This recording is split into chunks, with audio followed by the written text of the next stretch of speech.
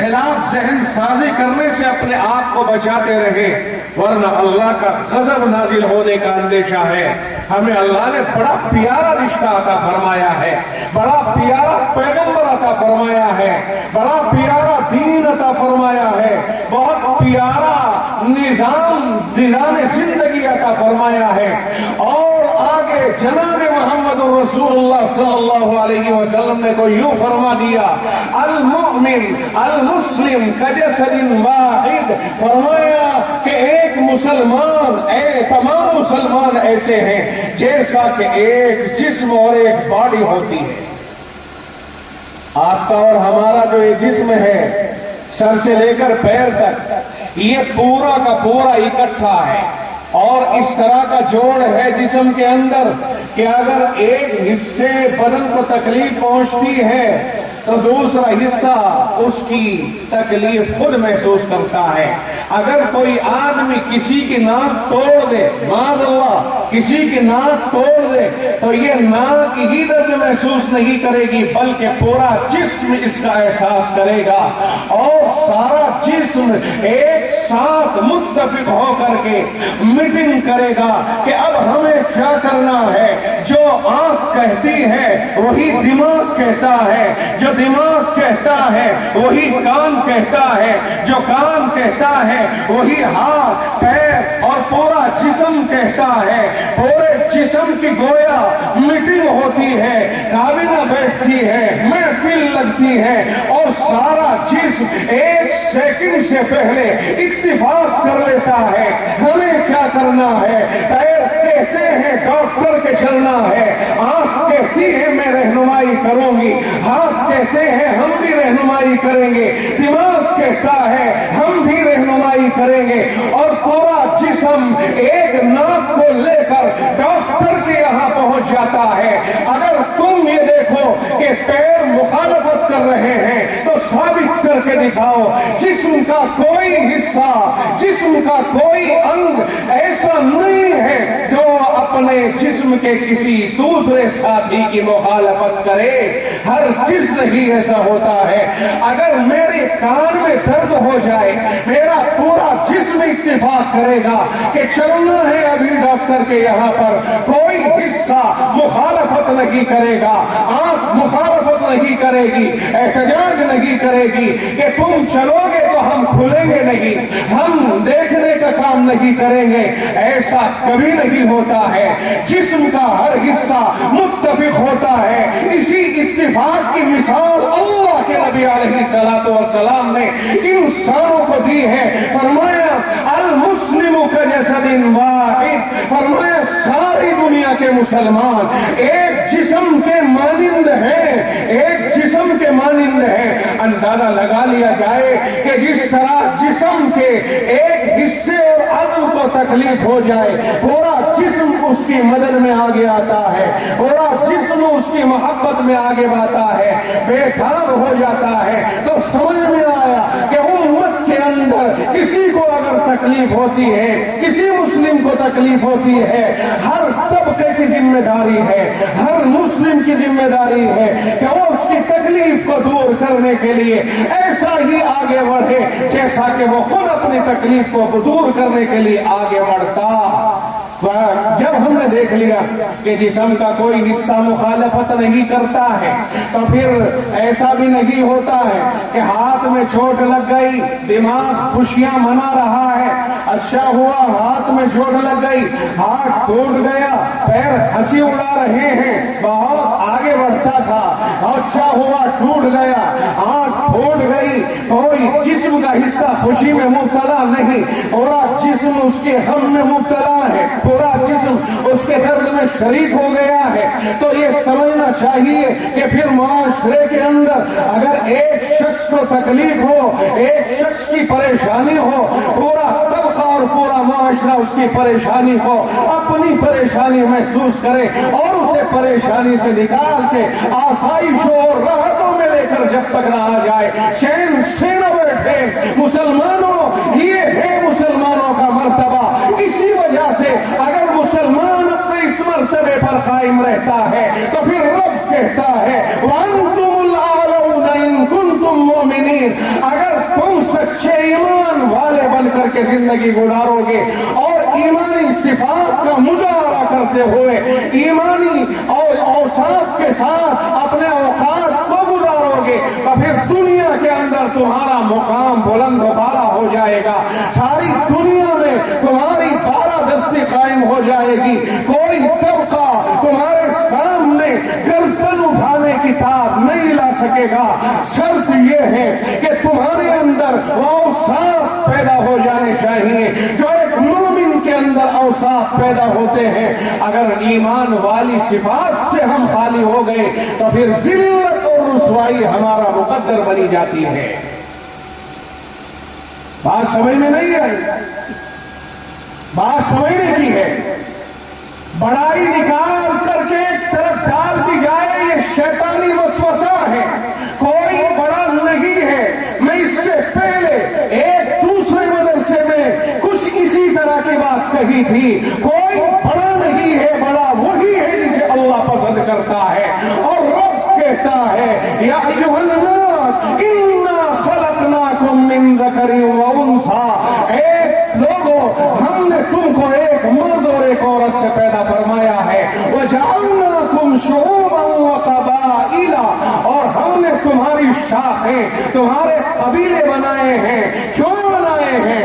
لتعارفوا، تاکہ تم ایک دوسرے کو پہچان سکو، یہ فلاں قبیلے سے تعلق رکھتا ہے، یہ فلاں قبیلے سے تعلق رکھتا ہے۔ باقی رہا بڑائی کا معیار، تو بڑائی کا معیار کوئی قبیلہ نہیں ہے، کوئی خاندان نہیں ہے، کوئی برادری نہیں ہے۔ بڑائی کا معیار رب نے خود ارشاد فرما دیا ہے، فرمایا ان اکرمکم عند اللہ اتقاکم، تم میں سب سے بلند باعزت اور بلند مرتبہ اللہ کی نگاہوں میں وہ ہے جو اللہ سے تم میں زیادہ ڈرنے والا ہو۔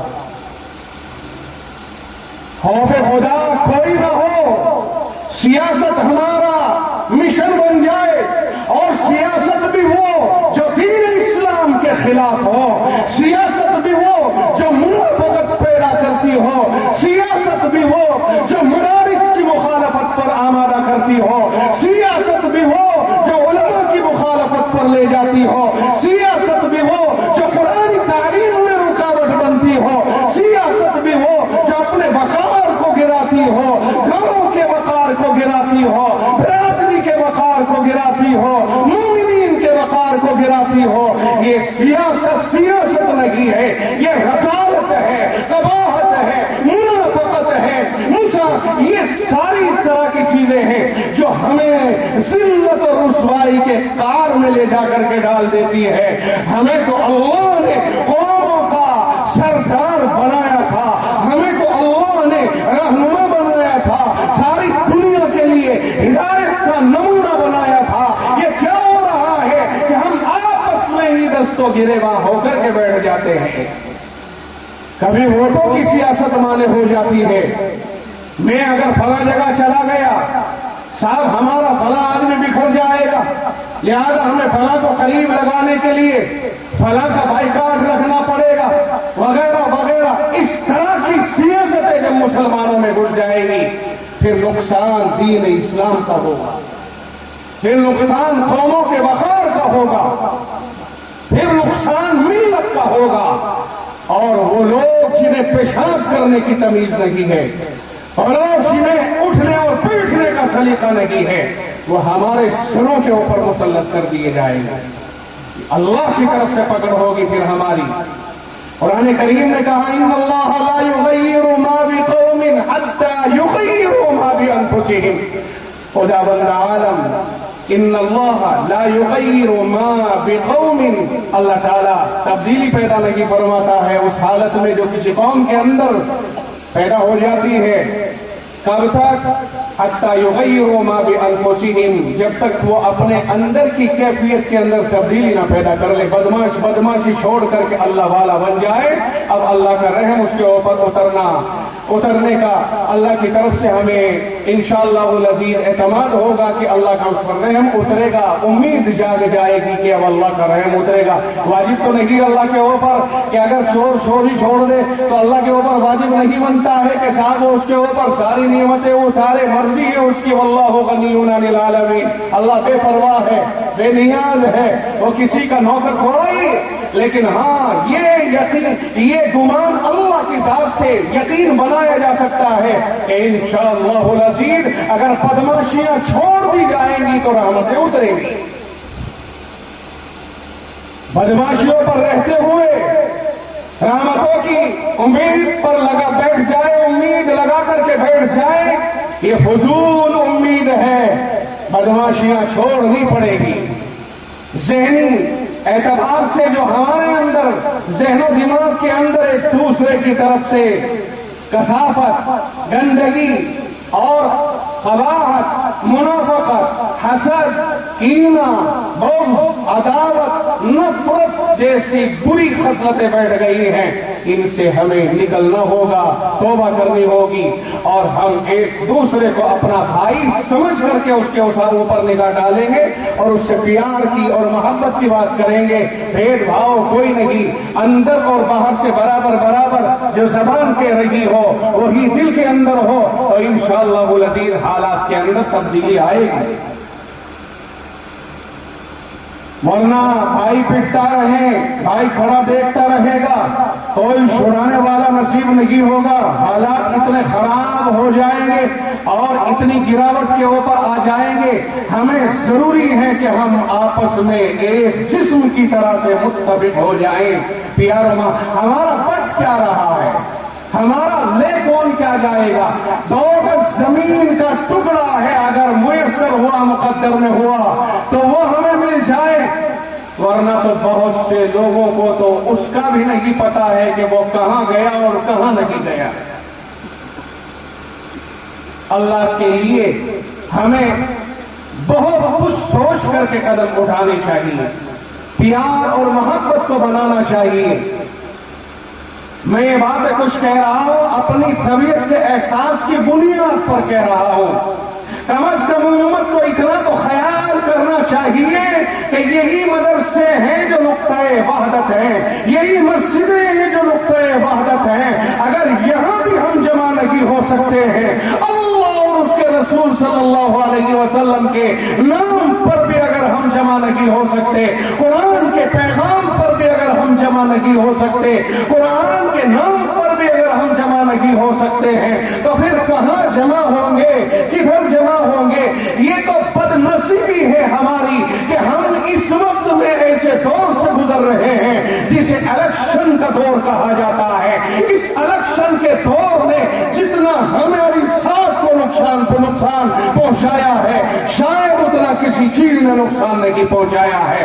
الیکشن کسی کا ہوتا ہے، دشمنی کسی میں ہوتی ہے، پردھان کوئی بنتا ہے، دشمن آپس میں کوئی ہو جاتا ہے، مکھیہ منتری کوئی بنتا ہے، دشمنیاں کسی کی پھیل جاتی ہیں، ودھایک کوئی بنتا ہے، اختلاف کسی میں ہو جاتا ہے، اور میئر اور سبھاسد کوئی بنتا ہے، مرڈر کسی کا ہو جاتا ہے۔ یہ الیکشن کی بدنصیبیاں ہیں جو امت کے اندر پھیلی جا رہے ہیں، لیکن حالات ایسے بن رہے ہیں کہ ہم اس سے بھاگ بھی نہیں سکتے۔ تو کم از کم اتنا تو کر سکتے ہیں کہ بنے کوئی بھی بنے، ہم کوئی اختلاف نہ کریں، ہم کو پیار سے رہیں۔ بننے کے بعد کوئی کسی کو کھانا نہیں دیتا ہے۔ میں کوئی سیاسی تقریر کرنے کے لیے نہیں بیٹھا، میں تو ایک جو نتیجہ مرتب ہوتا ہے ایک خاص چیز کا، میں بھی چونکہ آپ میں سے ہوں اور میں بھی اسی ماحول میں رہنے والا ہوں اور میں بھی اس احساس کو محسوس کرنے والا ہوں، اس لیے میں اپنے بھائیوں تک اگر یہ بات پہنچا دوں تو میں سوچتا ہوں ہو سکتا ہے ہم میں سے کسی کے ذہن میں آ جائے کہ کچھ بھی ہو جائے، اختلاف رائے ہو سکتا ہے لیکن دشمنیاں نہیں ہو سکتی ہیں۔ مثال کے طور پر 2 کینڈیڈیٹ کھڑے ہو جائیں.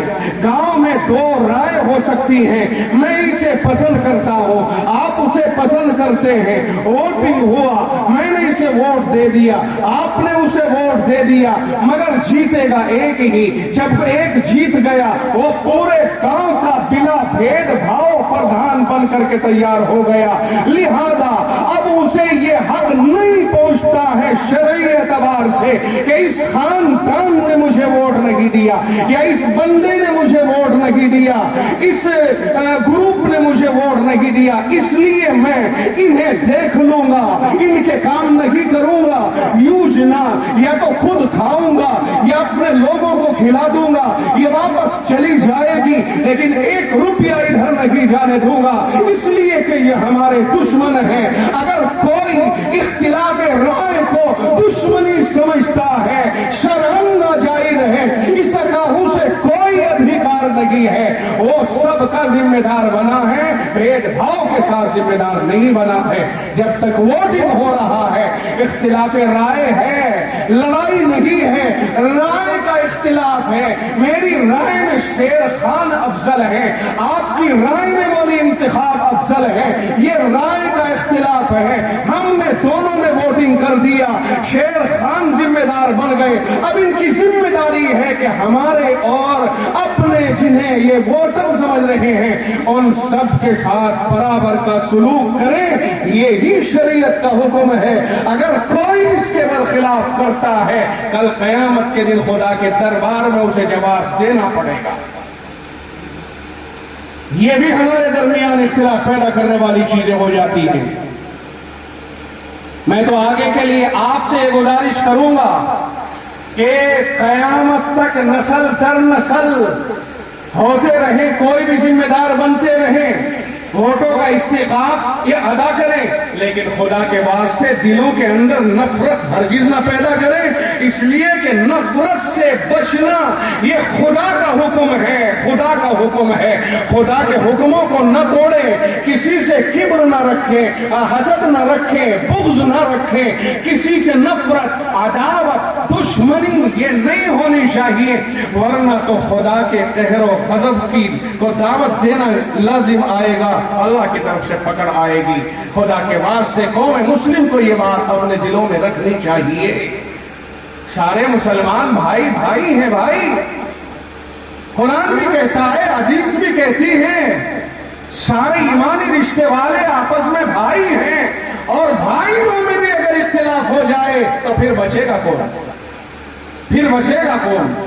اس لیے پیار کے رشتے آگے بڑھائیں, محبتوں کے رشتے آگے بڑھائیں, نفرتوں کے کانٹے نہ بوئے جائیں, نفرتوں کو نہ جنم دیا جائے, محبت کی برسات کی جائے پورے گاؤں کے اندر, پورے علاقے کے اندر, اور ہر جگہ یہی بات ہو کہ ہم سب پیار کے ساتھ محبت کے ساتھ جینے والے بنیں گے انشاءاللہ العزیز. اور زیادہ سے زیادہ قرآن کی اور اہل قرآن کی محبت میں اپنا ذہن بنانے کی کوشش کریں گے.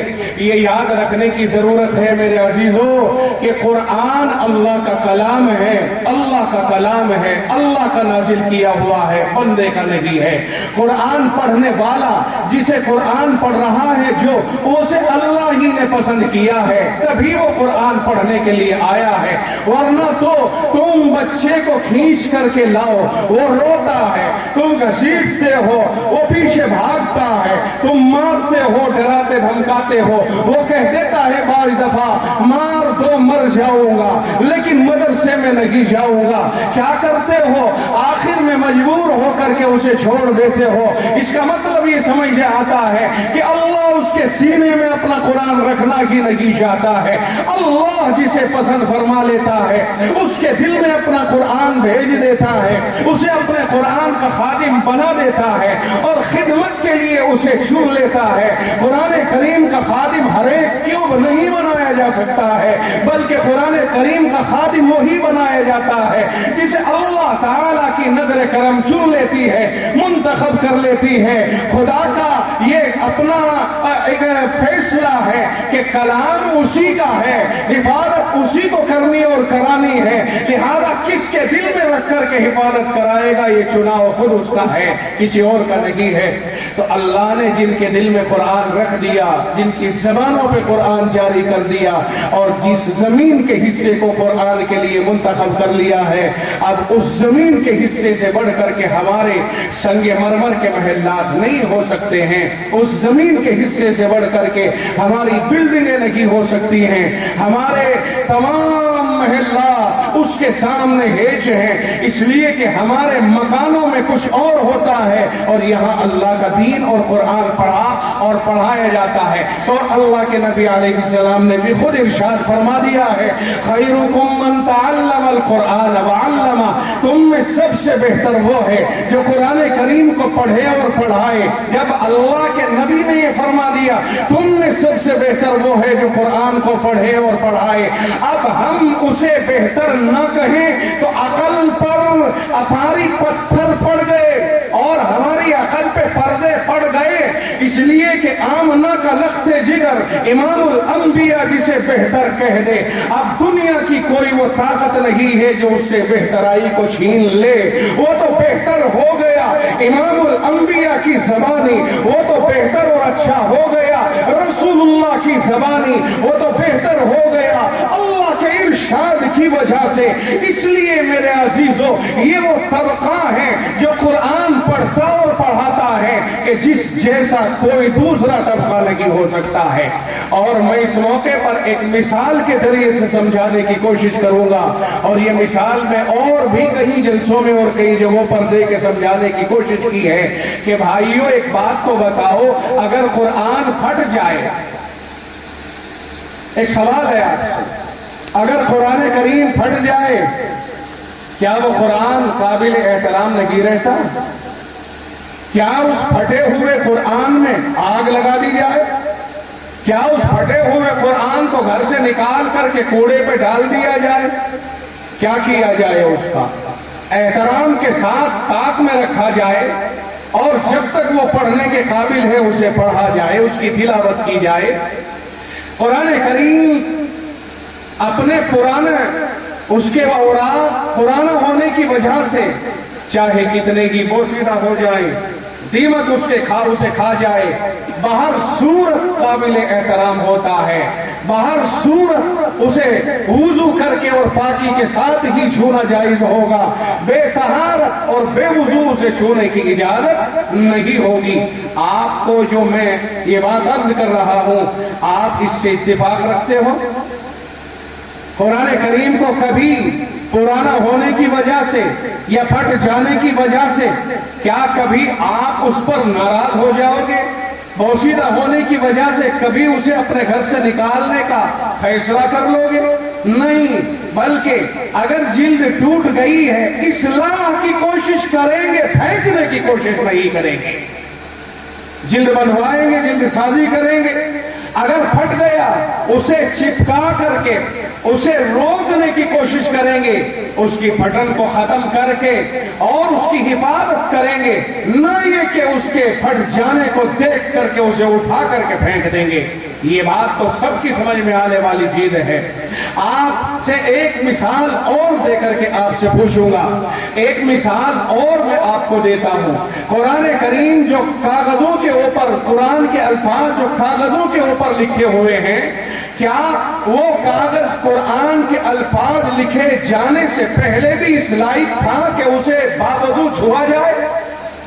بلکہ آپ جیسے چاہیں ویسے چھو لیں، آپ نیچے بھی رکھ سکتے ہیں، آپ اسے اوپر بھی رکھ سکتے ہیں، لیکن جب اس کاغذ کے اوپر الفاظ قرآنی لکھے جاتے ہیں اور اس کاغذ کے کسی کنارے کے اوپر بھی بغیر وضو اور طہارت کے ہاتھ لگانا جائز نہیں ہوتا ہے، یہ اس کاغذ کی عظمت ہو جاتی ہے اس لیے کہ اس کے ساتھ قرآن کے الفاظ وابستہ ہو گئے۔